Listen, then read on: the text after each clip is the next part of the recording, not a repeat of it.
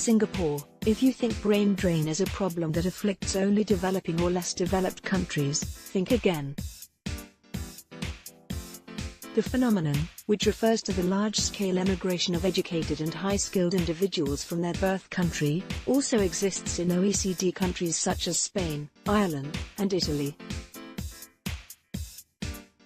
Neither are Hong Kong, Taiwan, and Singapore, prosperous economies with a GDP per capita of $46,228 $24,337 and $57,722 respectively in 2017, immune from brain drain.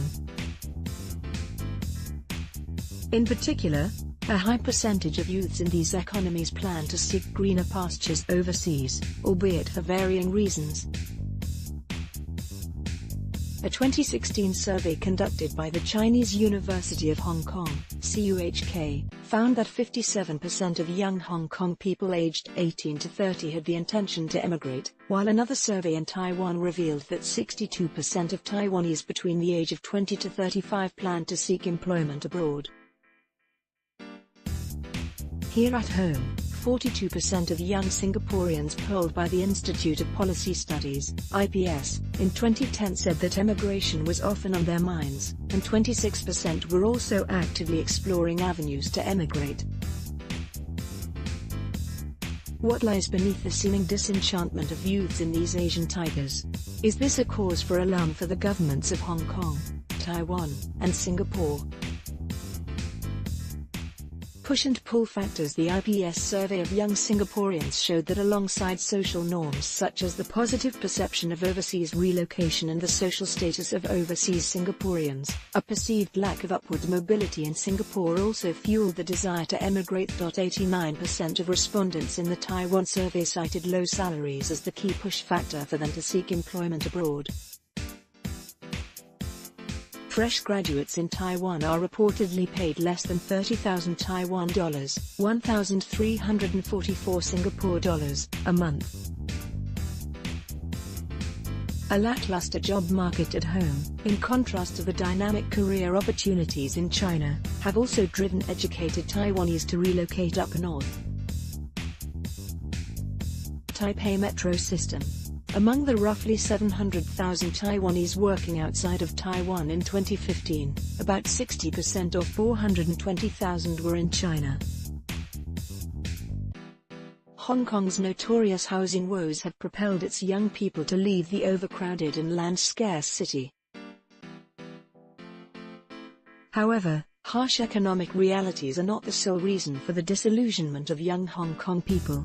Read, Hong Kong's brain drain, why its young are losing hope and leaving. According to the Cook survey, Hong Kong's political malaise has an equally big part to play. 11% of those who intended to relocate said they were unhappy with the government. Another 10.3% cited Hong Kong's political and social cleavages as a push factor. While the youth in Hong Kong, Taiwan and Singapore may face similar economic livelihood challenges, the emerging sense of angst in Hong Kong is different, as it also stems partially from the city's socio-cultural outlook under Chinese rule, especially the whittling away of a distinctive Hong Kong identity and culture.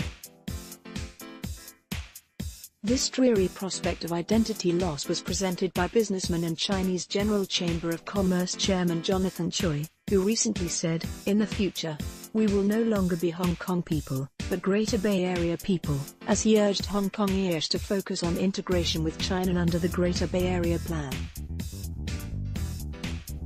In face of Communist China's strong pressure on the city to assimilate, therefore, Hong Kong's youth are naturally anxious about the foreseeable fade-out of their identity and the paradox of living in their birthplace with a sense of rootlessness, or being strangers in their homeland.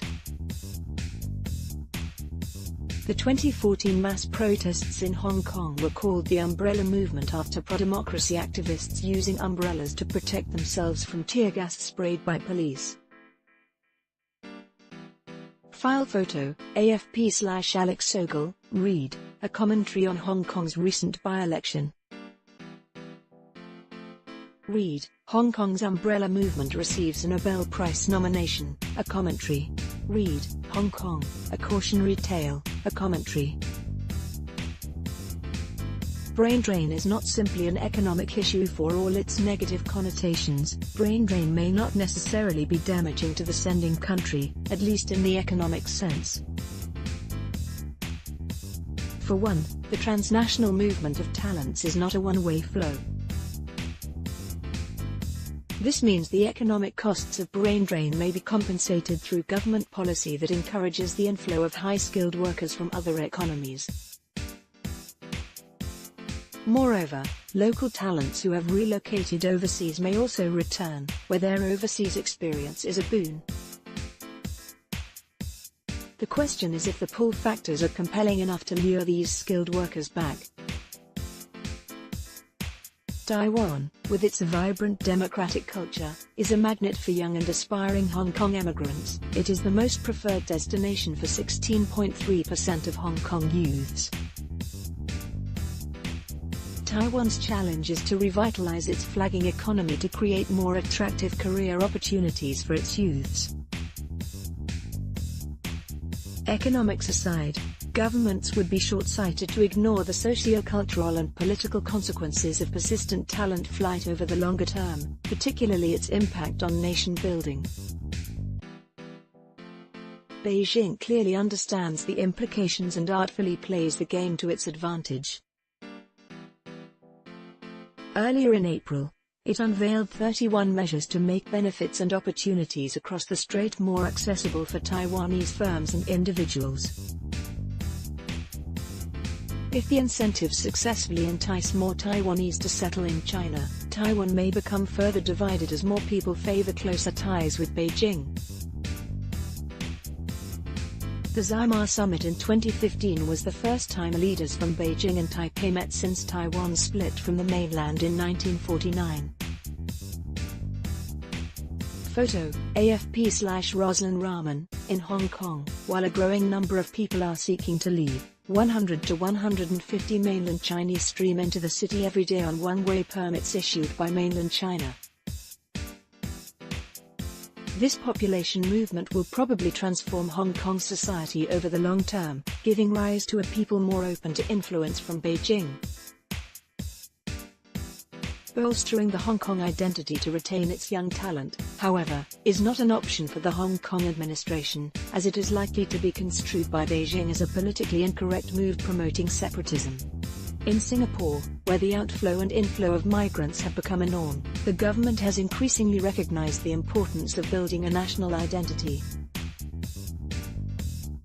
On May 18, Minister in the Prime Minister's office Indrani Raja said in Parliament that the Singapore identity is particularly pertinent in the evolving global landscape, which is witnessing China's rise, America's introspection, economic shifts brought on by technology and so forth.